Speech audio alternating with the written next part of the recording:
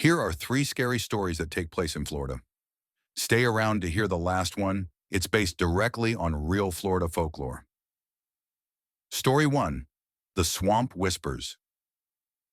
The Everglades are alive, not with birds or insects, but with something that waits. I had always thought of them as quiet, a flat green ocean broken by twisted cypress knees. That morning, fog clung to the water like a wet cloth.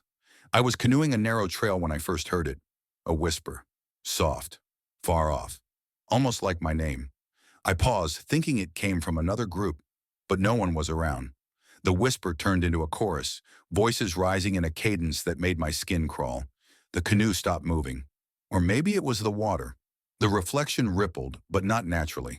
Something large slid just beneath the surface, leaving black shadows in a perfect circle.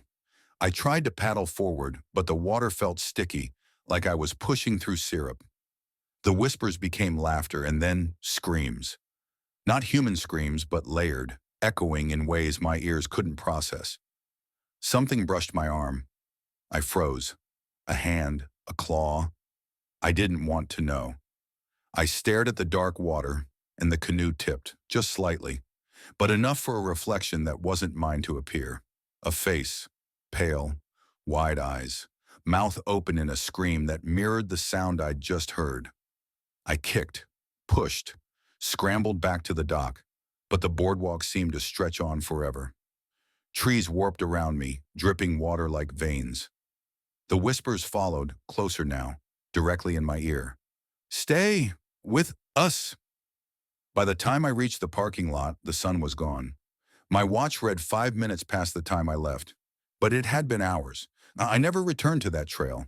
Some things in the swamp don't like to be left alone. Story 2. The Haunted Beach House.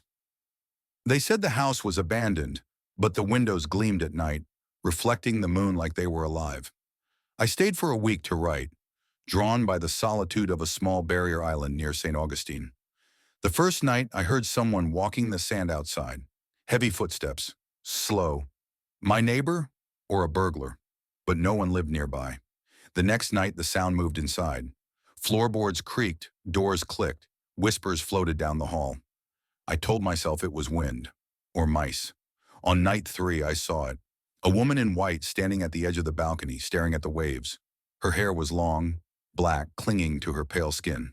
I called out, but her lips didn't move. The waves grew louder, crashing against the house like they wanted in. She vanished when I blinked.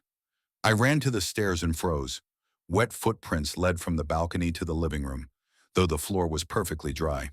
My phone flickered with static, and I heard it, singing, soft, melancholic, repeating a name, Marianne, Marianne.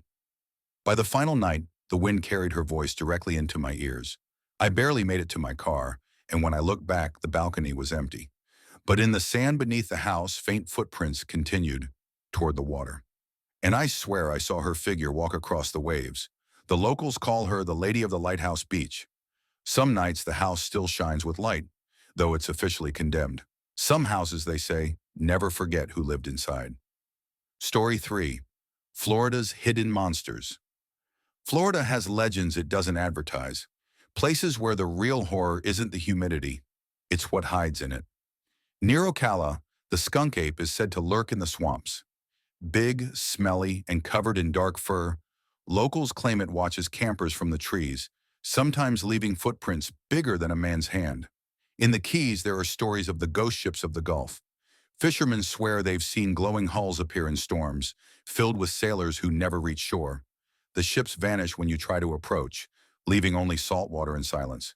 And then there's the Black Volusia Devil, a shadowy figure said to haunt the forests of Volusia County, appearing as a tall, clawed humanoid with eyes like molten gold. It moves fast, almost impossibly so, and vanishes into the night. I thought these were just stories, until the night I drove home through a swamp road near Lake Kissimmee. The headlights caught something low and fast, yellow eyes reflecting like fire. My car radio fizzled and hissed. Then a whisper slid through the static. Don't stop! Don't stop! Ahead, the road seemed to ripple. Something large surged in the shadows, moving between the trees faster than I could track.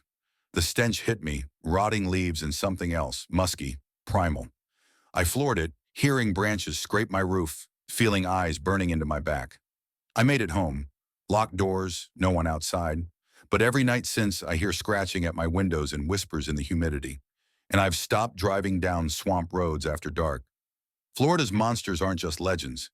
They're waiting, and sometimes they follow you home.